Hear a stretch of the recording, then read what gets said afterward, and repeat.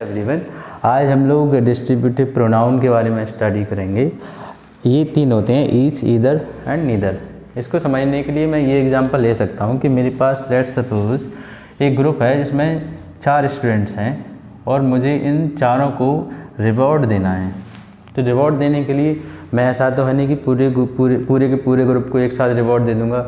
मैं एक एक करके स्टूडेंट के लिए कॉल करूँगा और फिर रिवॉर्ड दूँगा। ठीक है, मतलब मैं एक पर्टिकुलर टाइम पे इसको रिवॉर्ड दे रहा होऊंगा एंड नेक्स्ट मोमेंट पे मैं इसको दे रहा होऊंगा एंड फिर इसको एक एक करके ही हुआ। ठीक है, और सभी को मैंने दिया। तो इसके लिए मैं इंग्लिश में ऐसे लिख सकता हूँ, each of the students gets a reward. ठीक, अब जो ईच है वो बेसिकली ये जो स्टूडेंट का ग्रुप है, मैं इसको ऐसे लिख सकता हूँ स्टूडेंट के ग्रुप के लिए student plus student plus student plus student, क्योंकि इंडिविजुअल स्टूडेंट का ये ग्रुप है तो मैं इसको इंडिविजुअली अगर इसको लिखूँ तो ऐसे लिख सकता हूँ कि एक स्टूडेंट ये है, एक ये है, एक ये है और एक ये है। ठीक, तो ईच जो है वो बेसिकली एक पर्टिकुलर टाइम पे इसको रिप्रेजेंट कर रहा होगा and for the next moment इसको रिप्रेजेंट करेगा and for the next moment इसको रिप्रेजेंट करेगा and for the next moment इसको रिप्रेजेंट करेगा। ठीक, तो मैं किसी पर्टिकुलर टाइम की बात करूं, टाइम इंस्टेंट की बात करूं, तो ईच जो है वो किसी पर्टिकुलर टाइम पे एक स्टूडेंट के लिए रिप्रेजेंट कर रहा होगा। ठीक, ये ग्रुप स्टूडेंट का है, ये थिंग्स का भी हो सकता है और आपका प्लेसेस का भी हो सकता है। ठीक, पर्सनस का तो है ही। तो जो थिंग्स, प्लेसेस और जो पर्सन्स जो होते हैं वो बेसिकली क्या होते हैं, नाउन, और नाउन को जो रिप्रेजेंट करता है उसको क्या बोलते हैं, प्रोनाउन। तो मैं ये कह सकता हूँ इसके बेस पे कि ईच जो प्रोनाउन है। ठीक, बिल्कुल कह सकता हूँ। नाउ जो ईच है वो डिस्ट्रीब्यूटिवली नाउन को रिप्रेजेंट करता है, मतलब जो नाउन का जो ग्रुप है इसमें एक नाउन को एक बार में रिप्रेजेंट कर रहा है। ठीक है, तो इसके लिए मैं ये कह सकता हूँ कि ये जो ईच है वो डिस्ट्रीब्यूटिवली नाउन को रिप्रेजेंट कर रहा है। तो इसका मतलब ये है जो ईच है वो डिस्ट्रीब्यूटिव प्रोनाउन हो गया। ठीक, now moving to the next topic in each, वो ये जो वर्ब है इसको देख लेते हैं। जो वर्ब है इसकी जो फॉर्म है वो सिंगुलर फॉर्म है। ठीक, वो क्यों? क्योंकि अगर ये मेंबर के किसी जो ग्रुप है इसके किसी एक मेंबर को एक टाइम पे रिप्रेजेंट करेगा तो ये सिंगुलर हो जाएगा। ठीक, अगर ये सिंगुलर है तो इसके हिसाब से सिंगुलर वर्ब आएगी। ठीक, सिंगुलर क्यों हुआ? क्योंकि ये जो ग्रुप है इसमें से एक मेंबर को इसने एक टाइम पे रिप्रेजेंट किया। अगर एक मेंबर रिप्रेजेंट हुआ तो इसको मैं बोलूँगा ये सिंगुलर है, और सिंगुलर के हिसाब से इसकी जो वर्ब है वो आएगी गेट्स आएगी, गैट नहीं आएगी। ठीक है, अब इसकी अगर पॉजेसिव केस की मैं बात करूँ तो क्या मैं ये कह सकता हूँ, each of the boys did their or his work. इसमें क्या सही होगा एक बार देख लेते हैं। अब जो ईच है, जैसा कि मैंने अभी आपको यहाँ बताया था कि ईच जो है वो एक मेंबर को रिप्रेजेंट करेगा, मतलब ये सिंगुलर है और ये ही क्या है, इसका सब्जेक्ट है। ऑफ के बाद ये जो द बॉयज़ आया है, ये जो द बॉयज़ है ये ऑब्जेक्ट है किसका, ये ऑब्जेक्ट है प्रीपोजिशन का। प्रीपोजिशन क्या है, ऑफ। मैंने आपको लास्ट सेशन में ही बताया था कि जो प्रीपोजिशन कभी भी आता है वो अपने साथ ऑब्जेक्ट लेके आता है। तो जो द बॉयज़ यहाँ पे ये ऑब्जेक्ट है, ये सब्जेक्ट नहीं है सेंटेंस का, सब्जेक्ट ये है। अगर ये सब्जेक्ट है तो सब्जेक्ट के हिसाब से वर्ब आएगी एंड सब्जेक्ट के हिसाब से ही पॉजेसिव केस आएगा। अब जो ये सब्जेक्ट है वो एक बॉय को एक टाइम पे रिप्रेजेंट कर रहा है, तो इसका मतलब ये जो यहाँ पे पॉजेसिव केस आएगा वो देयर तो आएगा नहीं। ठीक, क्योंकि ये पॉजेसिव केस होता है प्लूरल फॉर्म में, किसका, मैस्कुलिन का और फेमिनिन का एंड कॉमन जेंडर का, और ये न्यूट्रल के केस में भी देयर यूज हो जाता है। ठीक, तो यहाँ पे हिज आएगा, हिज करेक्ट है। ठीक, नाउ अभी तो यहाँ पे मुझे जेंडर पता लग रहा है कि बॉयज़ है तो हिज आ गया। अगर एक सेंटेंस में ऐसा लिखूं, ईच ऑफ देम डिड, इसमें क्या आएगा, देयर आएगा, हिज आएगा और हर आएगा, हर वर्क। इसको देख लेते हैं। ईच है तो देयर तो आएगा नहीं, हिज आ सकता है, हर भी आ सकता है, लेकिन हम प्रायोरिटी हिज को देंगे। ठीक, अगर यहाँ पे जेंडर को डिटरमाइन नहीं कर पा रहे हैं तो हम उसको प्रायोरिटी हिज को देंगे। ठीक है, और हर को लोअर प्रायोरिटी पे रखेंगे। ठीक, नाउ एक सेंटेंस ऐसा भी हो सकता है कि ईच ऑफ देम की जगह ईच ऑफ अस आ जाए। अगर ईच ऑफ अस आ गया तो उस केस में जो पॉजेसिव केस है वो क्या होगा, each of us did work, इसमें क्या आएगा। ठीक, अमेरिकन इंग्लिश की अगर मैं बात करूं तो अमेरिकन इंग्लिश के हिसाब से यहाँ पे आवर करेक्ट है। ठीक, और अगर मैं ग्रामर की बात करूं जो कि वर्ल्ड वाइड एक्सेप्टेड है तो यहाँ पे हिज करेक्ट है। ठीक, हिज को हम प्रायोरिटी देंगे। ठीक है, तो ये सेंटेंस इस तरीके से करेक्ट है। नेक्स्ट ऐसा हो सकता है each of you did work, इसमें पॉजेसिव केस क्या आएगा। इसका पॉजेसिव केस अगर देखें तो इस तरीके से देख सकते हैं कि जो यू है यहाँ पे एक प्लूरल के फॉर्म में यूज़ हुआ है। ठीक, अगर ये प्लूरल के फॉर्म में यूज़ हुआ है तो इसको मैं किसी पर्टिकुलर टाइम पे इसके बारे में बात करूँ तो एक यू को रिप्रेजेंट कर रहा होगा ईच। अगर ये एक यू को रिप्रेजेंट कर रहा है तो इसका पॉजेसिव केस क्या आएगा, योर। ठीक, ये यू प्लूरल फॉर्म में क्यों है, क्योंकि अभी तक मैंने जो एग्जांपल्स लिखे हैं वो आप देखते होंगे, यहाँ पे मैंने अस लिखा है, यहाँ देम है, ये सब प्लूरल फॉर्म ही तो है। प्लूरल फॉर्म क्यों है, क्योंकि ये ग्रुप को रिप्रेजेंट करता है और ग्रुप में 2 से ज़्यादा लोग ही होंगे, तो इसलिए इसमें ये प्लूरल फॉर्म में आया हुआ है।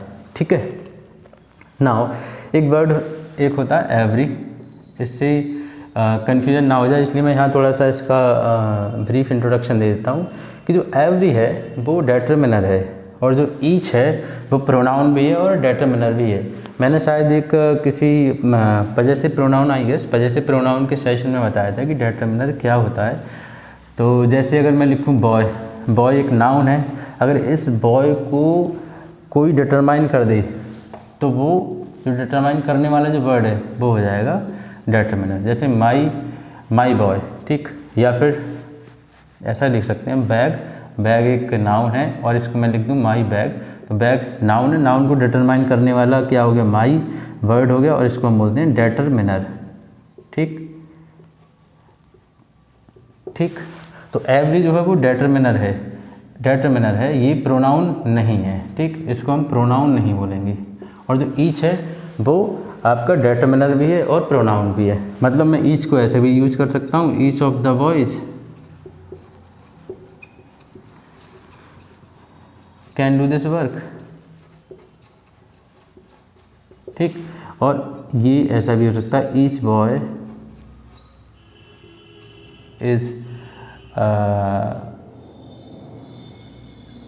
इज गोइंग टू मार्केट, कुछ भी हो सकता है ये सेंटेंस, मार्केट।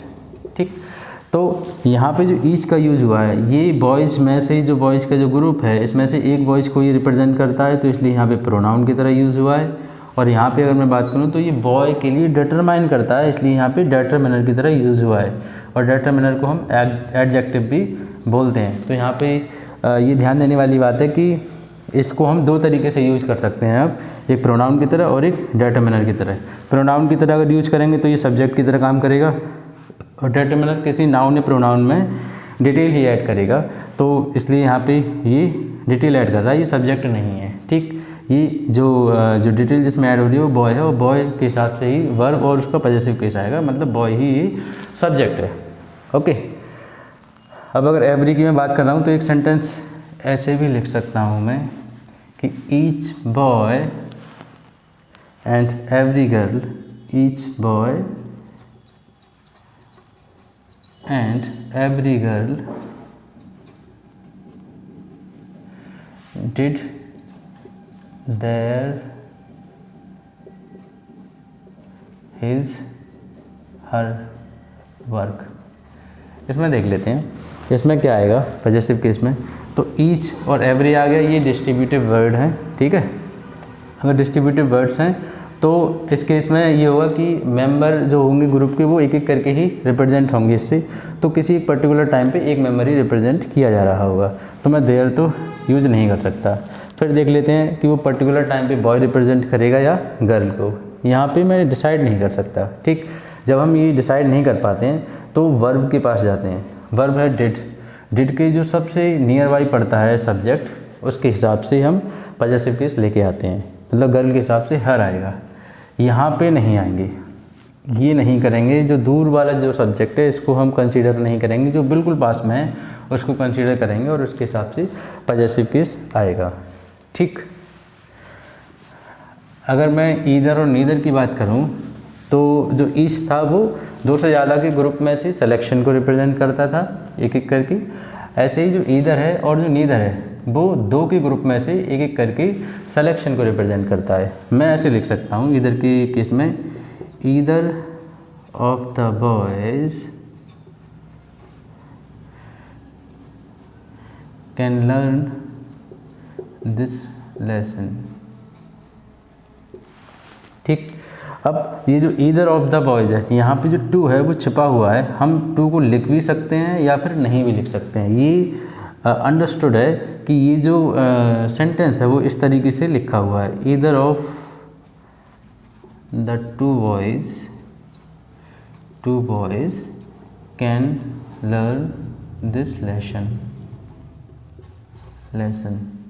ओके, तो ये अंडरस्टूड है, तो ये भी करेक्ट सेंटेंस है और ये भी करेक्ट सेंटेंस है। इनमें से ऐसा नहीं है कि कोई गलत है, दोनों ही करेक्ट है। ये एक्सपेंडेड फॉर्म है, ये कॉम्पैक्ट फॉर्म है, दोनों ही सही हैं। अब अगर मैं इसके वर्ब की बात करूं तो वर्ब जो है वो बेसिकली सब्जेक्ट के हिसाब से आती है और ईदर जो है वो एक टाइम पे एक को ही रिप्रेजेंट करेगा। ठीक, दो के ग्रुप में से एक टाइम पे एक को रिप्रेजेंट करेगा। इसका मतलब जो ईदर है वो सिंगुलर फॉर्म में है, तो मैं ऐसे लिख सकता हूँ, either of the boys does this work. ठीक, इसमें डज आएगा, डू नहीं आएगा। ठीक, अगर मैं इसके पॉजेसिव केस की बात करूं तो पॉजेसिव केस क्या आएगा वो देख लेते हैं। Either of the boys does their आएगा यहाँ पे या फिर हिज आएगा। ये ग्रुप में से ईदर जो है ग्रुप में से एक एक करके दोनों बॉय के लिए रिप्रेजेंट करेगा, लेकिन किसी एक पर्टिकुलर टाइम पे एक को रिप्रेजेंट करेगा। ठीक, तो इसका मतलब सिंगुलर है, सिंगुलर के हिसाब से इसकी वर्ब आई थी एंड इसके हिसाब से ही इसका पॉजेसिव केस आएगा, मतलब देयर नहीं आएगा, हिज करेक्ट है। ठीक है, एट द सेम टाइम अगर मैं नीदर के बारे में बात करूं तो ये भी दो के ग्रुप में से एक एक करके उसके मेंबर को रिप्रेजेंट करेगा, बट नेगेटिव फॉर्म में। ठीक, तो मैं ऐसे लिख सकता हूँ नीदर के examples, neither of the boys can do this work. ठीक, ठीक है, ये जो बॉयज़ का जो कलेक्शन है यहाँ पे बॉय प्लस बॉय होगा सिर्फ। ठीक, एक टाइम पे ये पहले बॉय के लिए रिप्रेजेंट करेगा एंड नेक्स्ट टाइम पे नेक्स्ट बॉय के लिए रिप्रेजेंट करेगा। अगर ये एक टाइम पे एक को रिप्रेजेंट कर रहा है तो इसकी वर्ब और जो पॉजेसिव केस है वो क्या आएगा, सिंगुलर। मतलब मैं ऐसा लिख सकता हूँ, neither of the boys does, do नहीं आएगा, डज और हिज आएगा, हिज वर्क। ठीक, मतलब इसमें जो सिंगुलर फॉर्म की वर्ब आएगी और सिंगुलर के हिसाब से इसका पॉजेसिव केस आएगा। आई थिंक डिस्ट्रीब्यूटिव प्रोनाउन में इतना ही। Thanks for watching.